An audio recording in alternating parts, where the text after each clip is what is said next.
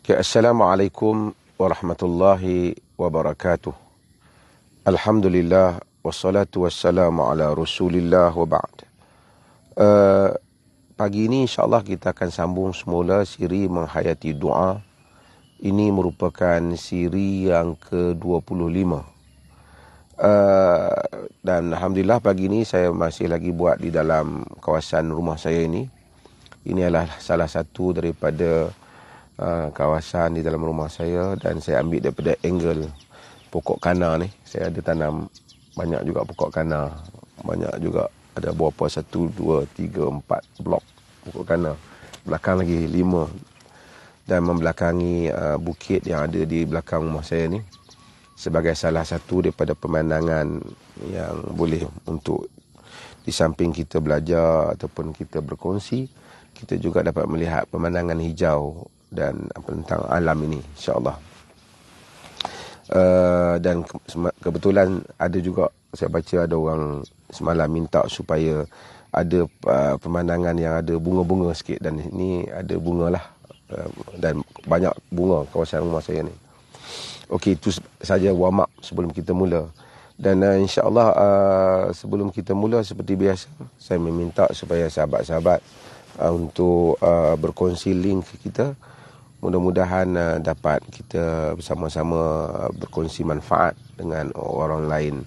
Dan mudah-mudahan Allah Subhanahu Wa Taala menjadikan usaha kita yang sedikit itu termasuk di dalam amalan salih, di mana kita berusaha untuk menyebarkan apa-apa pesanan yang baik di kalangan kita, termasuk di dalam watawasau bil haq watawasau bis sabr, pesan-pesan dengan kebenaran dan pesan-pesan dengan kesabaran, seperti yang disebut di dalam Al-Quran.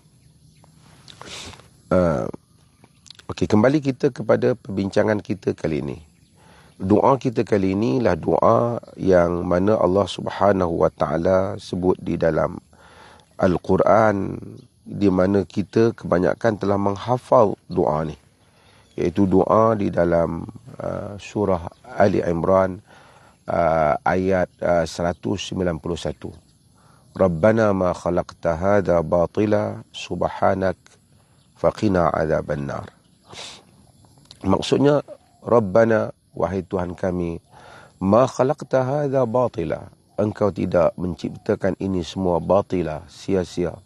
Subhanaka, maha suci engkau, faqina adzaban nar, dan selamatkanlah kami daripada azab neraka. Peliharalah kami daripada azab neraka. Ini adalah merupakan doa yang sangat penting, yang patut untuk sentiasa kita membacanya apabila kita melihat kejadian-kejadian dan keindahan-keindahan ciptaan Allah Subhanahu Wa Taala. Doa ini duduk di dalam surah Ali Imran ayat 191. Dan ayat yang sebelum daripada itu, Allah Subhanahu Wa Taala menyebut macam mana datangnya doa ni. Allah Taala menceritakan tentang orang-orang yang mengingati Allah. Allah kata, inna fi khalqis samawati wal ard wa ikhtilafil laili wan nahar la ayatin li ulil albab. Maksudnya, inna fi khalqis samawati wal ard, sesungguhnya pada penciptaan langit dan bumi, wa ikhtilafil laili wan nahar, dan pertukaran malam dan siang. Dan malam dan siang, alteration day and night. Ini pertukaran malam dan siang tu, alteration of day and of night and day, lail wa nahar, malam dan siang. La ayatil li ulil albab, ia merupakan tanda-tanda kebesaran Allah kepada ulil albab, people of understanding. Ulil albab ialah orang yang punya akal yang matang, yang masak, yang dapat berfikir. Allah kata, inna fi khalqis samawati wal ard, pada penciptaan langit dan bumi. Dalam penciptaan Allah ada dua perkara yang Allah ciptakan. Pertama, Allah cipta things. Allah cipta semua kejadian ini. Langit, bumi. Apa saja yang kita lihat pada langit dan bumi, ini perciptaan Allah Jalla wa'ala. Kemudian yang kedua ialah lail wan nahar, yakni time. Allah cipta tempat, dan Allah juga menciptakan masa. Dua benda. Dan pada tempat dan masa kita melihat kebesaran Allah pada kedua-dua hal ni. Apa kebesaran? Pada alam tak tergambar oleh kita, pada luasnya alam ini yang tak tercapai, sehingga hari ini manusia tak tahu di mana penyudahnya alam. Dan bumi yang kita tinggal ini bagaikan debu dibandingkan alam yang luas ini, dibandingkan galaksi, dibandingkan galaksi yang banyak. Ini kita baru dengan matahari, entah ada berapa bilion, trilion lagi sistem suria yang lain dalam alam ini yang tak tercapai oleh akal kita untuk memikirkan besar dan luasnya kerajaan Allah SWT. Lagi manusia meneroka, lagi manusia akan melihat hebat dan besarnya kerajaan Allah Jalla wa'ala. Kita akan rasa betapa kerdilnya kita ini apabila berdiri di hadapan Allah di dalam solat atau berjalan atas muka bumi. Bumi bagaikan debuan yang halus dibandingkan kerajaan Tuhan yang besar. Apatah lagi kita yang berada atas muka bumi ini. Itu di sudut luas. Kemudian di sudut keindahan alam itu sendiri, tak tercapai oleh kita melihat keindahan alam. Cantik, tersusun, sistem yang berjalan. Bukan alam ni termasuklah penciptaan, termasuk diri kita. Kalau kita fikirkan mata kita saja, tangan kita saja, apa yang ada pada tubuh kita, pada sistem kita saja, tak tercapai untuk kita memikirkannya. Begitu halusnya. Itqan kalau nak dikatakan. Maksud begitu teliti bagi setiap penciptaan itu. Maka itu penciptaan langit dan bumi dengan segala isi yang ada. Ini Allah Ta'ala, inna fi khalqis sama. Khalq yakni penciptaan. Yakni penciptaan maksud benda yang tak ada diadakan. Bukan benda yang dah ada kemudian kita rumuskan, kita campurkan, kita formulakan. Things that already dah ada. Itu manusia kita buat apa yang dah ada. Tapi Allah menciptakan daripada tiada kepada ada. Dia menciptakan tempat yang indah. Dia menciptakan masa. Dua perkara yang penting, iaitu space and time. Okey. Pertama, penciptaan. Kedua, waqtilafil laili wan nahar. Alteration of the nights and day. Pertukaran malam dan siang. Pertukaran malam dan siang, penciptaan Allah yang maha hebat. Malam dan siang ni, kita di dunia ni, di alam bumi. Malam dan siang yang lain, kita akan tengok dalam Quran nanti tentang Alfisanah, tentang 1000 tahun pada penciptaan yang lain. Alam dan siang pada sistem planet yang lain. Lain kadarnya. Ini semua kebesaran Allah Jalla wa'ala. Kan? Tapi kita melihat, kita contemplate apa yang kita lihat pada malam dan siang kita. Dan malam dan siang yang ada pada kita ini pula ada banyak kebesaran Allah. Daripada dulu masa kita siang dan malam, ini time. Saya sebut kata time. Allah the creator of time. Kan, no before and after for Allah Subhanahu Wa Taala. Tak ada sebelum dan sebelas. Kan, Allah is the only essence. Allah is the only who control over time. Allah ada satu-satunya yang menguasai, yang mengendalikan masa. Oleh kerana itu, maka dalam masa itu sendiri ada banyak benda yang kita lihat. Kita daripada kecil dah jadi besar, dah jadi tua, dah berumur, daripada tak boleh bercakap. Ada hari orang ni menang, ada hari orang lain yang menang. Ada hari gembira, ada hari sedih. Ada kejadian-kejadian yang dahulu kita lihat lain, kemudian bertukar menjadi lain. Semua itu membabitkan masa yang Allah Ta'ala ciptakan. Allah kata, inna fi khalqis samawati wal ard wa ikhtilafil laili wan nahar la ayatin li ulil albab. Itu semua adalah proof. Itu semua adalah they are proof for the people of understanding. Dia adalah bukti, mengikuti kepada orang-orang yang faham, orang yang ada akal, yang dapat merenung alam. Kemudian Allah sambung pada ayat itu. Allah kata, alladzina yadhkuruna Allaha qiyama. Siapa orang yang berakal ni? Profesor di universiti,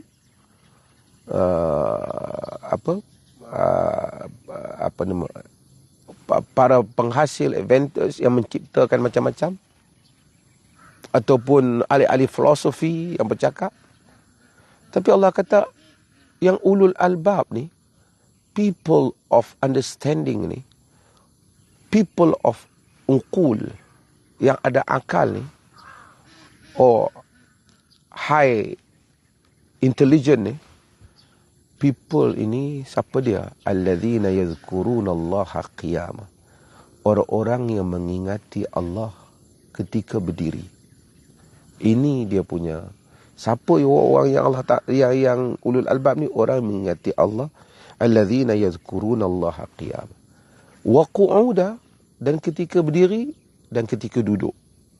Wa ala junubihim, dan ketika dia lying on the side, ketika dia tidur ataupun ketika dia berbaring di atas lambung dia. Maksudnya kita disuruh mengingati Allah ketika berdiri, ingat. Orang yang berdiri ketika duduk pun ingat. Ketika nak baring, nak tidur pun kita ingat Allah. Maksudnya itu satu sudut. Maksudnya bukan ingat Allah masa waktu tertentu saja. Tadi semayang ingat Allah, the whole day kita tak ingat Allah. Tak.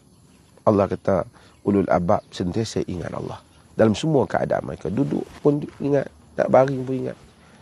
Yang kedua ialah dia juga mungkin boleh merujuk juga lah, maksudnya sentiasa mengingat Allah ni dalam semua keadaan.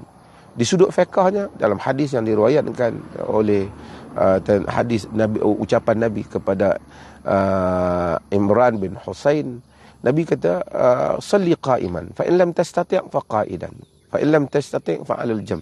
Kamu semayang berdiri. Kalau kamu tak mampu, kamu duduk solat. Kalau kamu tak mampu, kamu di atas lambung kamu.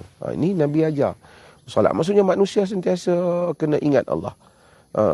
Ini kadang-kadang duka cita orang kita. Alhamdulillah masa sihat dia ingat Allah. Tapi bila masuk hospital, dah tak solat. Kenapa aku ni susah nak semayang, tak nak pergi beli ayak pun bayar. Nak berdiri pun tak boleh. Dia tak nak. Padahal dia patut mengingati Allah dalam semua keadaan. Kalau dah tak boleh berdiri, kita duduk. Kalau tak boleh duduk, kita berbaring. Kita sentiasa ingat Allah. Itu adalah perintah Allah. Manusia memang ada kelupaan pada diri dia. Semua orang ada lupa. Tapi insan, macam mana pun, akhirnya dia kembali ingat Allah balik. Akhirnya dia kembali mengingati Allah balik. Tak ada dalam sehari itu langsung tak ingat Allah. Dalam sehari itu cuai dia langsung solat pun tak ingat apa, semua tak ingat apa. Insan sentiasa ingat Allah dalam diri dia. Dan Allah ajar kita. Artinya semasa kita boleh zikir, berdiri boleh zikir, masa duduk boleh zikir, masa nak baring pun boleh zikir. Tak ada hang ni nak baring untuk sebut Allah Ta'ala tak hormat Tuhan. Ada tak boleh. Boleh untuk satu orang masa berbaring pun mengingati Allah. Dan wa ala junubihim wa yatafakkaruna fi khalqis samawati wal ard. Dan mereka memikirkan di dalam tentang penciptaan langit dan bumi. Ini ada dua hal yang diminta, iaitu al-fikr, al-zikru wal-fikru. Ingat dan fikir. Bukan saja kita ingat, remember Allah, tapi kita juga contemplate. Kita juga memikirkan apa yang ada pada kejadian alam ni. Bererti manusia yang terbaik yang disebut dalam ayat ni ialah manusia yang bukan saja tengok apa yang Allah ciptakan, tetapi dia juga memikirkan apa yang Allah ciptakan. Of course, kadar fikir kita ini tidak sama dengan kadar fikir orang-orang yang mana ada ilmu yang berbeza. Tentu saintis yang lebih tahu tentang alam, pokok-pokok ni, tentu mereka lebih mendalami tentang ilmu ni. Hasil daripada pemikiran mereka itu menjadikan mereka lebih kuat di dalam mengagungkan Allah Subhanahu Wa Taala. Orang yang pergi ke angkasa raya umpamanya, tentu dia akan lebih melihat keagungan Allah Subhanahu wa taala. Wa yatafakkaruna fi khalqis samawati wal ard. Mereka memikirkan tentang penciptaan langit dan bumi. Yakni dia akan fikirkan tentang penciptaan langit dan bumi ni. Oh, how amazing. Hebatnya Allah Subhanahu wa taala. Glory to Allah Subhanahu wa taala. Maha besar Allah Subhanahu wa taala. Maha suci Allah Subhanahu wa taala dengan keagungan yang tidak ada, bukan boleh, tidak ada bandingan, sikit pun tak ada bandingan yang lain dengan penciptaan Allah. Itu hasil daripada memikirkan apa yang Allah ciptakan. So kita dalam kehidupan sebagai Muslim disuruh bukan saja untuk mengingati Allah, tapi berfikir tentang kejadian-kejadian ciptaan-ciptaan yang telah Allah ciptakan. Ini ayat ini. Dan ini ayat ini sangat penting. Kata dalam riwayat Al-Imam Al-Bukhari, kata Ibnu Abbas. Ibnu Abbas ni sepupu Nabi SAW. Dia masih budak lagi. Masa Nabi, dalam hayat Nabi. Mak saudara dia Maimunah, dia tidur di rumah Nabi. Dia kata, bitu inda khalati Maimunah. Aku tidur di rumah mak saudara aku. Khalati ni mak saudara sebelah ibu. Kalau ammati, mak saudara sebelah bapa. Kalau am tu Arab kata am itu sebelah bapa. Pak cik sebelah bapa. Kalau khal, pak cik sebelah mak. Kita orang Melayu dia tak sedetail tu bahasa kita, tapi Arab is very amazing language. Okey, tak apa. English pun sama, uncle, tapi dia tak detail kan. Tapi ini adalah merupakan bahasa yang detail, itu bahasa Al-Quran. Tak apa. Dia kata, bitu inda khalati Maimunah. Aku tidur di rumah mak saudara aku sebelah ibu, iaitu Maimunah. Maimunah merupakan isteri Nabi SAW. So Nabi bila tidur ada giliran isteri-isteri baginda SAW tu. Beruntungnya orang yang ada isteri banyak lah kan. Nabi tidur di rumah isteri ni, dan giliran isteri ni, dan giliran isteri ni. Jadi apabila Nabi tidur, dia kata fatahaddatha ma'a ahlihi sa'ah. Nabi sebelum nak tidur tu, dia kata Nabi dia tengok Ibnu Abbas ni, dia pergi tidur mak saudara dia tu, tujuan dia nak belajar, nak tengok. Ni masa kecil lagi, belum pun lebih kurang 10 tahun umur dia. Masa tu dia telah pergi belajar dengan anak, budak-budak apabila ada kesedaran. Masa tu pun dia try belajar. Apa dia nak belajar daripada Nabi. Nabi malam-malam macam mana tidur. Dia kata dia tidur di rumah, dia budak. Dia nak tengok Nabi tidur dengan giliran mak saudara dia. Dia kata sebelum tidur, fatahaddatha ma'a ahlihi sa'ah. Nabi cakap saat dengan isteri dia. Satu waktu sembang macam biasa suami isteri sembang pada waktu malam, kerana giliran ni Nabi mesra dengan isteri dia. Dia kata summa raqada, kemudian Nabi tidur. Falamma kana sulusal lailil akhir, apabila 1/3 malam yang akhir, dia kata Nabi qa'ada wa nazara ila sama. Nabi bila 1/3 malam yang akhir, Nabi bangun. Dan Nabi tengok ke langit. Ini sunnah, tapi rumah kita mungkin ada bumbung. Dulu Nabi duduk, Nabi tengok ke langit. Faqala, kemudian Nabi pun baca, inna fi khalqis samawati wal ard wa ikhtilafil laili wan nahar la ayatin li ulil albab. Sesungguhnya pada penciptaan langit dan bumi, pertukaran malam dan siang, la ayat, tanda-tanda bagi ulil albab, orang-orang yang mempunyai akal yang matang, yang masak, people of understanding. Kan? Jadi Nabi menjadi sunnah. Dia kata, bila bangun, kalau buat macam tu jadi sunnah. Dia kata kemudian summa qama wa tawadda'a wastanna, kemudian Nabi bangun, kemudian Nabi berwuduk, kemudian Nabi bersugi. Tengok, Masya Allah, seorang Muslim, dia punya aturan hidup dia, Masya Allah. Kalau sunnah, itu sunnah. Sunnah, cantik aturan hidup Nabi. Bangun 1/3 akhir, yakni sebelum daripada waktu subuh. 1/3 ni macam saya dah sebut, 1/3 malam ni kita bahagi daripada masuk maghrib sehingga subuh. So kita bahagi kepada 3 bahagian. Kalau masuk maghrib tu 7.30, sampai pukul 5.30, bahagi 3 bahagian. 1/3 yang akhir tu daripada time itulah.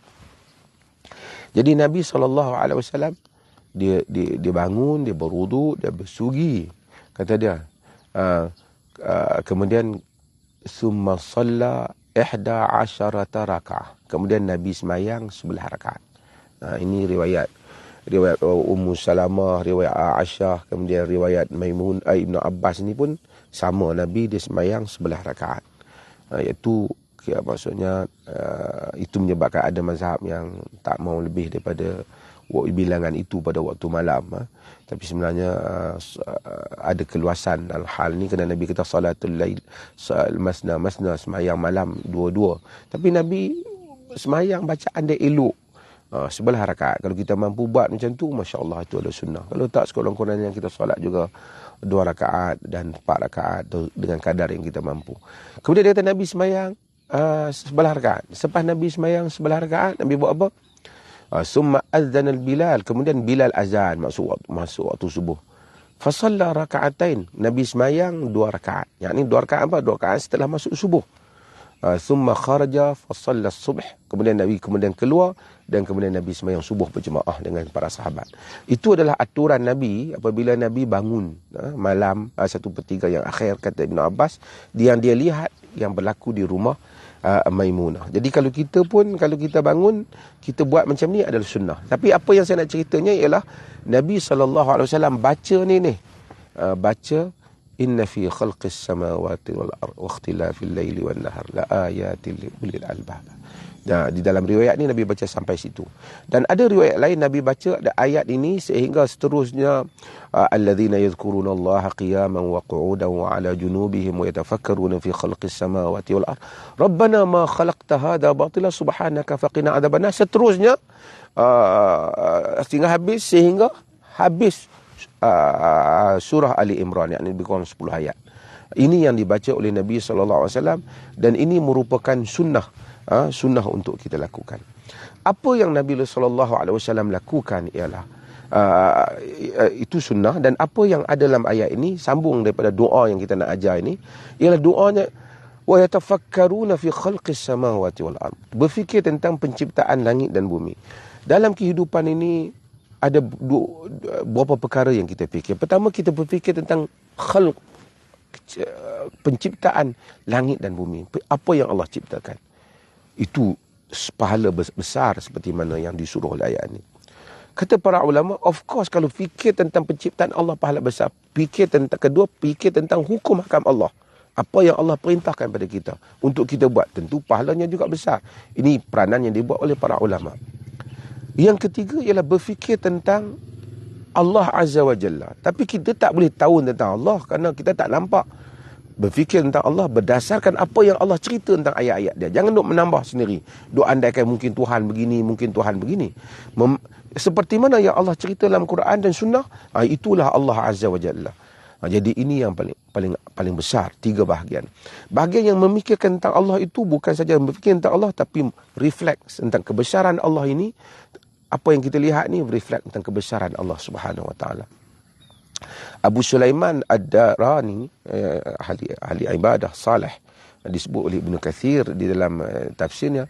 Dia kata apabila keluar daripada rumah dia kata, fama waqa'a ala basari ala ni'mati ala syai' illa tadhakkartu anna lillahi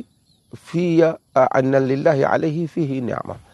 Aku tak tengok satu benda pun yang aku lihat keluar pada rumah aku, melainkan aku nampak pada benda itu nikmat Allah kepada aku. Yang aku berhutang budi, ni kalau nak bahasa. Maksud nikmat Allah pada aku.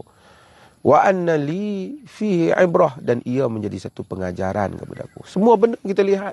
Tuan-tuan lihat saya duduk di sini, mungkin di rumah tuan-tuan di bandar tak ada bukit-bukit yang macam ni, tapi itu nikmat kerana mata dapat melihat. Tuan-tuan ada nikmat yang lain yang tuan-tuan lihat. Kejadian mata kita boleh lihat, boleh sentuh, boleh bau dan seumpamanya.